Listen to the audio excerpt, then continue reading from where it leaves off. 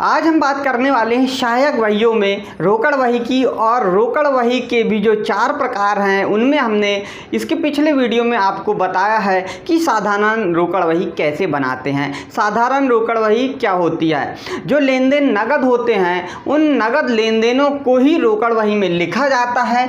इसीलिए सहायक वही का जो एक प्रकार है वो रोकड़ वही है। और रोकड़ वही के जो 4 प्रकार हैं उनमें से हमने आज लिए हैं द्विस्तंभीय रोकड़ वही। आज का हमारा टॉपिक है। हमारा वीडियो पूरा देखें आप। यदि आपने पूरा नहीं देखा तो आपको समझ नहीं आएगा। और ये द्विस्तंभीय रोकड़ वही की हम बात करते हैं। और द्विस्तंभीय रोकड़ वही समझना बहुत आसान है। जैसा कि आपने साधारण रोकड़ वही को समझा था और साधारण रोकड़ वही में जिस प्रकार से हमने प्रारूप को समझा था वैसे ही सेम द्विस्तंभीय रोकड़ वही भी होती है। द्विस्तंभीय का मतलब है 2 स्तंभ होते हैं। जो कॉलम बनाए जाते हैं वो इसमें 2 बनाए जाते हैं। राशि के जो कॉलम होंगे वो 2 होंगे। सबसे प्रमुख बात होगी। तो लीजिए हम यहाँ पे आपको प्रारूप दिखाते हैं इसका।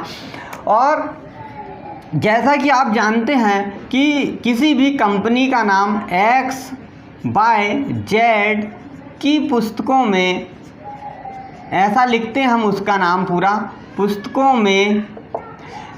और लिखेंगे द्विस्तंभीय रोकड़ वही।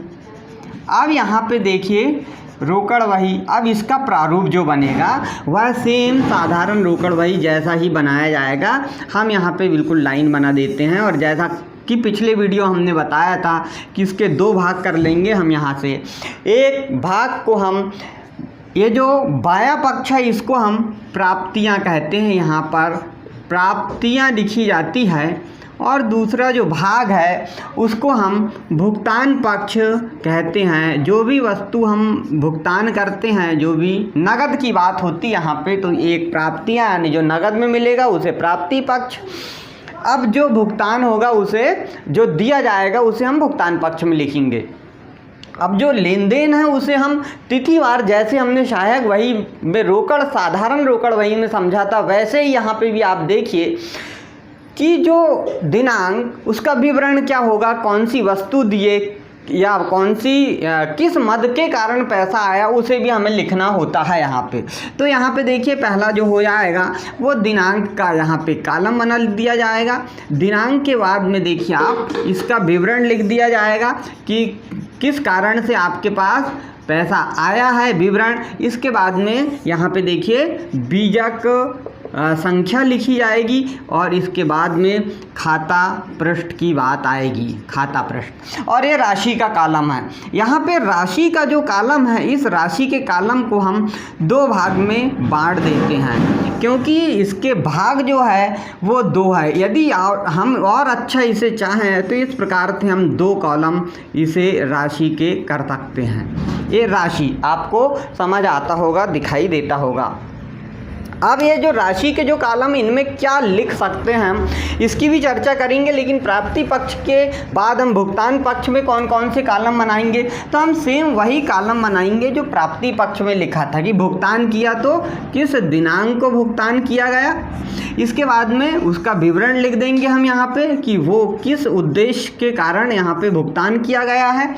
फिर उसका बीजक संख्या क्या है और बीजक संख्या के बाद खाता पृष्ठ क्या है उसका, वो खाता पृष्ठ की भी हम यहाँ पे राशि लिख देंगे कि कौन सी संख्या होगी।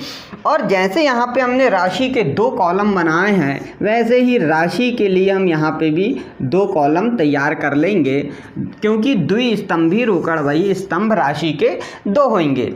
आपने देखा कि साधारण रोकड़ वही में सिर्फ 1 स्तंभ था, इसलिए साधारण रोकड़ वही या हम उसे 1 स्तंभीय रोकड़ वही के नाम से भी जानते हैं। यहाँ द्विस्तंभीय रोकड़ वही 2 स्तंभ होंगे। अब यह व्यापार की प्रकृति के हिसाब से होगा। व्यापार की प्रकृति अर्थात यदि कोई व्यापारी जो है तो सबसे पहले तो राशि का जो कॉलम होगा वो नकद का होगा, यानी एक तो रोकड़ का होगा एक कॉलम, और दूसरा यहाँ पे भुगतान में भी रोकड़ का कॉलम बिल्कुल बनाया जाएगा। अब बात आती है दूसरा कॉलम किसका होगा। तो व्यापारी यदि व्यापार की शर्तों के अनुसार बट्टा देता या लेता है तो बट्टा का भी यदि कॉलम जुड़ गया है यहाँ पे मान लीजिए, तो बट्टा का कॉलम यदि जुड़ जाता है तो भी यह द्विस्तंभी रोकड़ वही होगी, क्योंकि बट्टा का एक कॉलम जुड़ गया है यहाँ पे।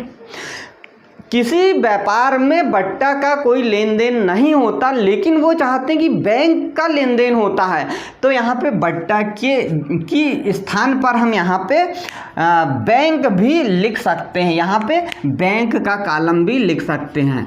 अर्थात या तो बट्टा लिख सकते हैं या फिर बैंक का कॉलम लिख सकते हैं। लेकिन यदि कॉलम दो है, एक और एक दो, ये दो कॉलम बने हुए हैं, इसीलिए इसका नाम जो है वह द्विस्तंभी रोकड़ वही है।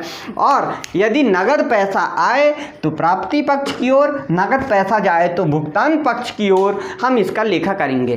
शायद आपको वीडियो बहुत पसंद आया होगा। यदि आपको पसंद आया तो हमारे वीडियो को लाइक करें, और सवाल भी हम अभी करवाएंगे।